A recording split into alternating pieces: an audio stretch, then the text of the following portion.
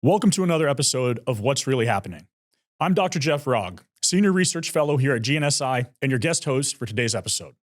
As always, we're joined by retired Marine Corps General Frank McKenzie, the Executive Director of GNSI and the former Commander of U.S. Central Command. In each episode, we explore global and national security issues. What's Really Happening will take you behind the scenes and open the door to the knowledge, experience, and insights of a senior leader who's commanded at the highest levels of the U.S. military. Today, we're going to discuss a controversial issue in a new presidential election year. And that's the topic of retired military officers who speak out, endorse, or criticize presidential candidates. Welcome, General McKenzie. And as an introductory note to the audience, I thought they'd be interested in learning that you were in the military for over 40 years, and yet did you vote while you were in uniform? I don't recall ever voting while I was in uniform. And why not? I think it's a little bit of a tradition that the U.S. military stays apolitical. An expression of that is to not take part in the electoral process while you're on active duty. I think for me at least, it helped keep that firewall there. I vote now and vote in every opportunity that I have. So will this be the first presidential election that you're capable of voting in? Well, the first presidential election I'm choosing to vote in, and I will plan to vote in this presidential election. Do you want to give the audience any hints on who you're voting for? I do not, and will not share that. So why is that, though? That's the heart of the conversation. Sure. So I think I'm a retired four-star general. I think it's important that retired four-star officers in particular stay away from political endorsements.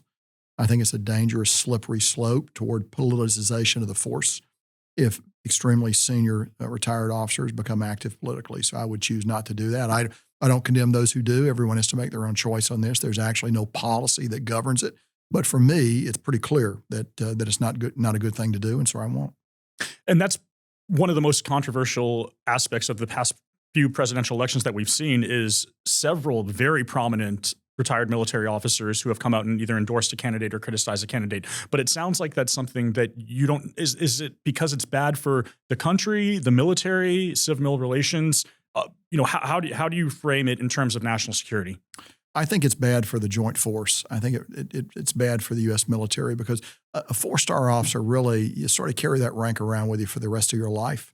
Maybe not as a more junior officer, and I think you maybe have wider latitude as a more junior officer when you're retired to adopt political positions. But I think particularly for those officers that have served at the very highest level, the nexus of policy, politics, and strategy, where U.S. national security policy is actually made, I think it's important to keep your distance from that after you retire. That doesn't mean you shouldn't have an opinion on it. I have had an opinion on it, and I've talked about a lot of things involving U.S. national strategy. But when I think it comes down to the electoral process, I think it's best for four-star officers to stay out of that process. So that also leads to the question, some of these officers might say that they have a constitutional duty to speak up if they think that there's a candidate who is a threat to the country. We've seen that in recent years on both sides, actually. What's your reaction to that idea? I don't think there's a constitutional duty one way or another. I think it's a matter of personal choice. This is my personal choice. And so I would not criticize others who take a different view. But for me, the choice is very clear, and that's the position I've taken. So another alternative to this that I can see is, the average American voter may want to hear from retired senior military officers because they use that as a bellwether for their vote in terms of national security. Do you think there's other ways that retired senior military officers can communicate the national security issues at stake with the different policies of the presidential candidates without actually endorsing them? Well, I wrote a book about it, and I went to great lengths to lay out my relationship with two presidential administrations at a pretty close level of engagement. So people can choose to read that book, and they can gain an understanding of what I think if they do that, or in a variety of public pronouncements that I've made on all kinds of things. I'm pretty active in a variety of media, but what I don't do is I don't endorse. And so people can draw their own conclusions based on that. And I think a healthy electorate, a healthy intellectually curious voter is certainly capable of doing that. I have a lot of confidence in the American people. They don't need to be spoon-fed. They can draw their own conclusions about it. And so it seems like you're suggesting there's a difference between endorsement and, say, criticism or policy analysis. Where do you draw the line, though? Where do you think, because there is a fine line where criticism can become perhaps hyper-partisan. So how do you measure that line, at least in your own experience? I think it's incumbent upon the person who's making that criticism to be reasonable, to be balanced, to keep the criticism apolitical. And I think it is a narrow line that you got to walk. But if you're a 4-star officer, you ought to be able to walk that line. So there's another problem that, I can perceive where a lot of retired former military officers then enter the administrations afterwards as political appointees. Do you think that there already is sort of a cooling off period for the Secretary of Defense, I believe, but should there be a certain time before you can either run for office as a retired military officer or before you should accept a political appointment? I think there's a difference between running for office and accepting a political appointment. You run for office, the American people are going to decide. And, look at the history of 4-star and 5-star officers running for public office. The American people really aren't particularly enamored with the idea. The last person they embraced was Eisenhower, and that was quite a long time ago. So that sort of, stands or falls on its own weight if someone chooses to do that. And so I would say anybody should do anything they think appropriate. The electorate will balance it out in the long term. Now, for accepting an appointed position, I think it's a little more nuanced. Again, I go back to depends on the job, depends on how long you've been out. I think the cooling off period for secretaries of defense is in fact a good policy. And the fact that we've chosen to, over the last few years, accept 2 recently retired officers that required waivers says as much about the Congress as it does about anything else. When we had the discussion before this interview, I had mentioned to you that good civil-military relations is boring because you just don't really hear about it, and bad civil-military relations is what gets all the press. And in this respect, American civil society, we're kind of our own worst enemy because we're pushing the press. The American people are pushing former military officers to come out and express a political opinion. Have you felt that pressure yourself? On occasion, I have, and I'm pretty good at deflecting it. So I think that's the key is deflecting it like you've been doing throughout this interview.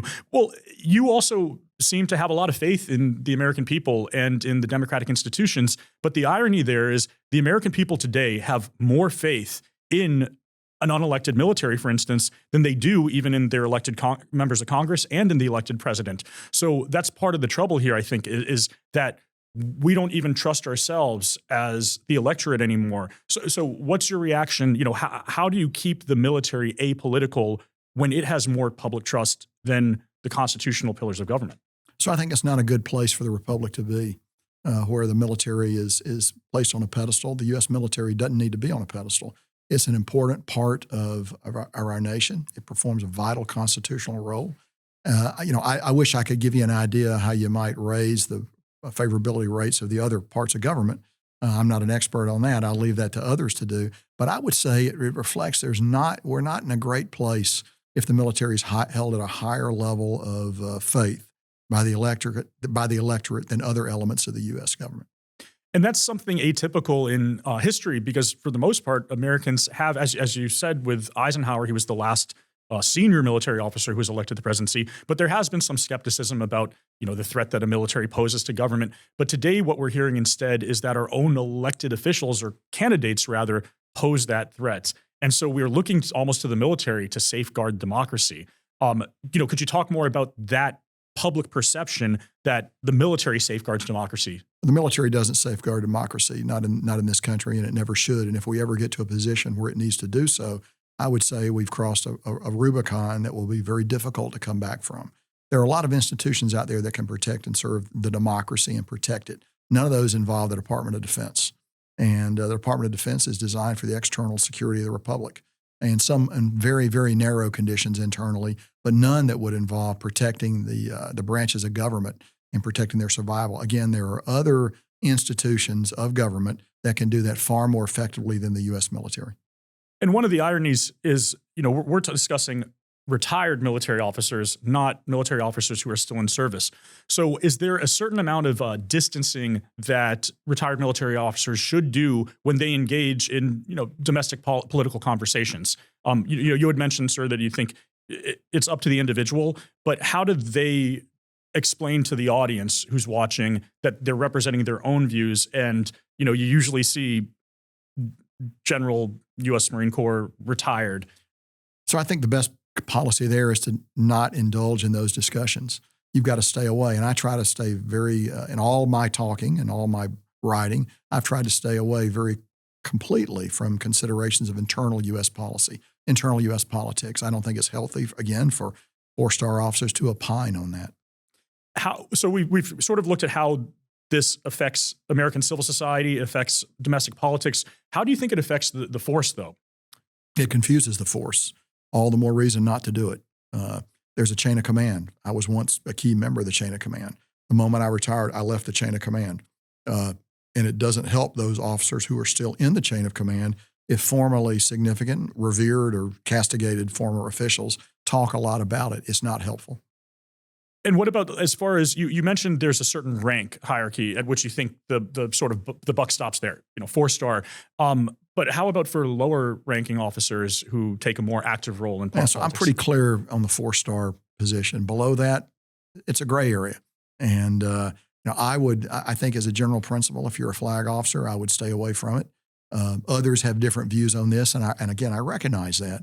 But I think if you served at the very pinnacle, your name's going to carry great weight. You need to be aware of that. An act, even if it's meant to be purely military or national security in its context, is nonetheless going to carry political weight. And particularly 4-star officers should be in a position to know and understand that complex terrain and avoid it completely. So we have seen former 4-star officers who haven't avoided this. Do you have these conversations with your colleagues and friends who were at that rank? Is there any kind of consensus about norms of civil-military relations, or is it really just up to the individual and you think it should stay that way? So I think you'll find with most 4-star flag officers, they don't seek or need consensus from anyone else to formulate an opinion. That's a good answer. I suppose then there used to be perhaps norms of civil-military relations, though, to try and keep the military apolitical. And what we've seen is more and more that those norms are being stretched and strained. And again, it's coming from both sides, from retired military and also from American civil society. So should there be norms, again, not necessarily laws, but norms about what the proper role of retired military officers is in terms of domestic partisan politics? Well, I think we actually have those norms now. I just think we tend to overlook them sometimes. I think silence is best. Actually, when it comes to articulating these principles, the person who is probably the best positioned to do that is the chairman of the Joint Chiefs of Staff. By law, custom, and tradition, the nation's senior serving active duty military officer, senior military advisor to the president and the secretary. That officer, he or she, is in a position to actually set those norms and carry that message. And I think we saw with General Dunford and General Milley, who followed him, very, very successful defense of that position. And I believe the current chairman, General C.Q. Brown, is also in a position to do that. And I have great confidence that C.Q. is going to do that going forward. It's difficult because, again, they're being pulled into these politics. General Milley especially, there were instances where each political party is looking for their opportunities to say, it's almost like a gotcha moment. So how does a general or admiral, for that matter, avoid those booby traps that are sort of being set for them? So you can't control what other people say, but you can control what you say. And you can't control how those remarks are interpreted. So you got to be very careful when you make public pronouncements. And I believe, again, Dunford, Milley, Brown have all been very effective in doing that, even if some chairmen like General Milley have been under very fierce attack because of that. But General Milley knows and understands that. He's worried about what he says, how he says it. And I think that's where it begins and ends, particularly for a 4-star officer. You have to be very careful with the message that you're sending. One of the venues in which I think, see this most prominently is in Congress, because it is a polarized political venue, and especially more so in recent years. And it does seem like the members of the respective political parties are looking for those gotcha moments in congressional testimony, for instance. So how did you prepare for that? How did you handle it? Because again, you can walk into it, even if you think you're prepared, you can just walk into those questions that really have a partisan angle, but it's hard to identify. First of all, congressional oversight's important. It's an important part of our constitutional process. So I think you have to honor that. When you're on active duty, you actually sign an agreement that you will go and give your personal opinion on a matter, even if you differ from the administration's policy position. I had the opportunity to do that while I was on active duty and did actually issue opinions that were divergent from the policy position. I never got any heat inside the administration for doing that. ever, because they know and understand that's, sort of the rules of the game. You need to do that. Once you're retired, you have a little more flexibility. But I would still argue that it's best to avoid partisan pronouncements. Look, but at the same, when you go and testify, and I've testified both as an active duty officer and as a retired officer before Congress, you need to give them your best advice. You need to tell them what you actually think. I have a broad and deep professional background that allows me to pronounce on certain things. Things that I don't have a broad and deep background on, I just assume not pronounce on, and typically those are the political things. So how did you form your norms? You clearly have your own code for civil military relations about what you think is proper. How did you form those? Was it over the course of your career? Was it by studying it? Yeah. Study, observation, mentoring, watching those officers senior to me.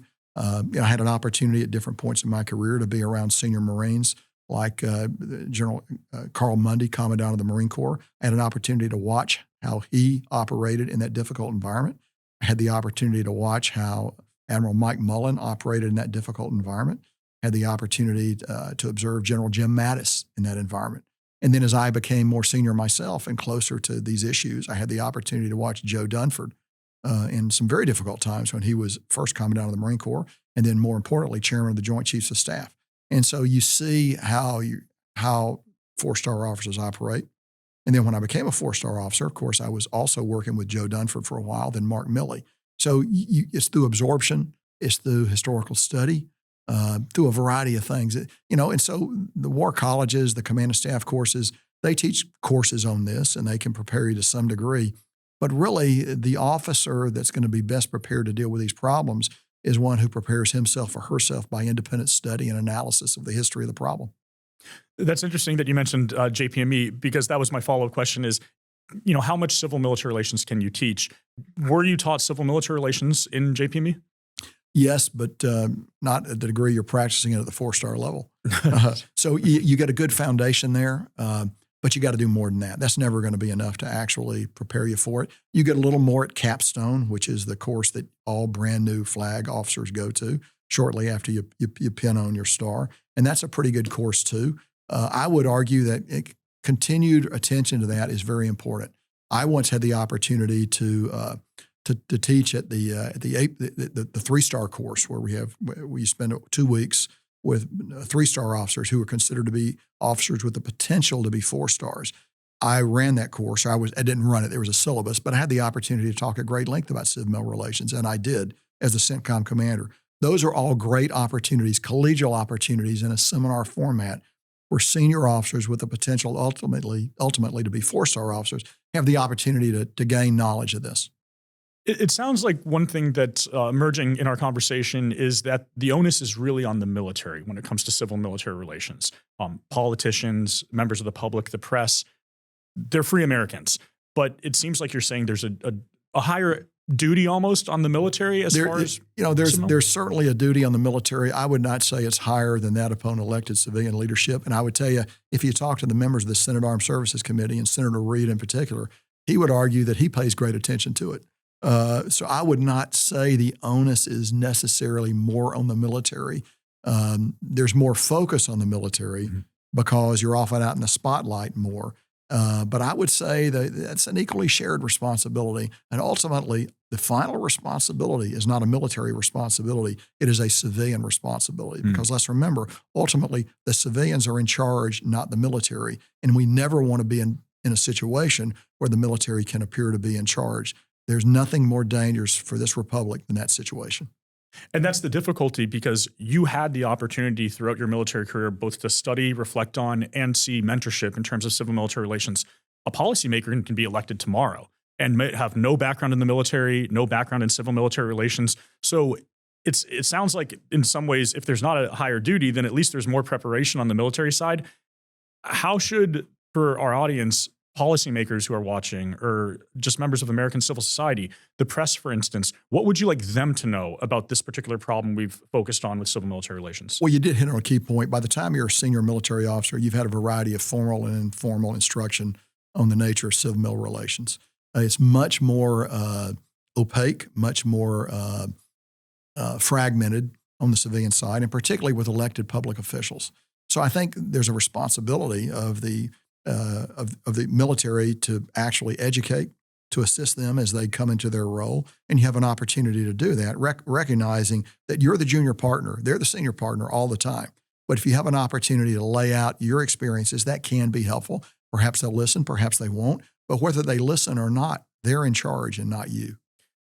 That listening aspect, I think it's what Elaine Cohen called the unequal dialogue. Where it is an unequal dialogue. There is a junior-senior relationship, and that's good. That's not a bad thing. Do you think that dialogue is suffering today? I think it's under attack. I think I think the nature of the gap is overestimated. I don't think Civ-Mil relations are in as bad a shape as people would have you believe. I think actually, certainly the uniformed military knows and understands who's running things. And I think by and large, civilian policy leaders know that and understand it as well. It's funny you mentioned that because there's certainly worse episodes in American history of civil military relations and military officers who are adopting partisan positions. But that perception, though, matters. A lot of, again, prominent both military, intelligence community, law enforcement, senior retired leaders have said that the polarization in this country is really the greatest threat that we have to national security. So how do you see this particular problem of civil military relations endangering or exacerbating that problem of polarization? I think the polarization of American politics transcends any issue with the military. And we've been here before. This is not the first time the American body politic has been polarized. Look at right after the First World War. Look at leading up into the Second World War. There have been a lot of times in the past where we've been here. So this is not, we always look at what General Mattis used to call historical presentism, the idea that the situation is uniquely bad right now because we're in it. Actually, no. There's a lot of history out there that if you just take a look at it, can provide guideposts for how to navigate what is a difficult period in American history. I would not disagree with that. I'm just not going to say it's the worst it's ever been. So this is, I think, reflective of our conversation on, is good civil military relations boring? Because it doesn't sound that boring to me. You sound very optimistic about the state of civil military relations today, even of that issue of some polarization that's created by partisanship among former retired officers. But we're entering another very contentious and divisive presidential election. So, for the public who's watching, what do you want them to know about civil military relations, especially ahead of this election and looking both towards it and beyond it? What they should know is, again, we're a constitutional republic. Civilians control what happens. The military is a loyal subordinate arm of American national security policy. And other than that, we have actually no role at all in the decisions that the American electorate make. But now you do have a role because you're going to vote in your first presidential election. And that is uniquely my private business. Thank you very, very much for your perspective, General McKenzie. It's been a pleasure. Excellent. Absolutely. And that wraps up another episode of What's Really Happening, a video series from the Global and National Security Institute at the University of South Florida. This has been an insightful discussion into civil military relations with the Executive Director of GNSI and former Commander of U.S. Central Command, retired Marine Corps General Frank McKenzie. I'm Dr. Jeff Rogg, your guest host for today. Thanks for joining us, and we look forward to our next conversation when we find out what's really happening.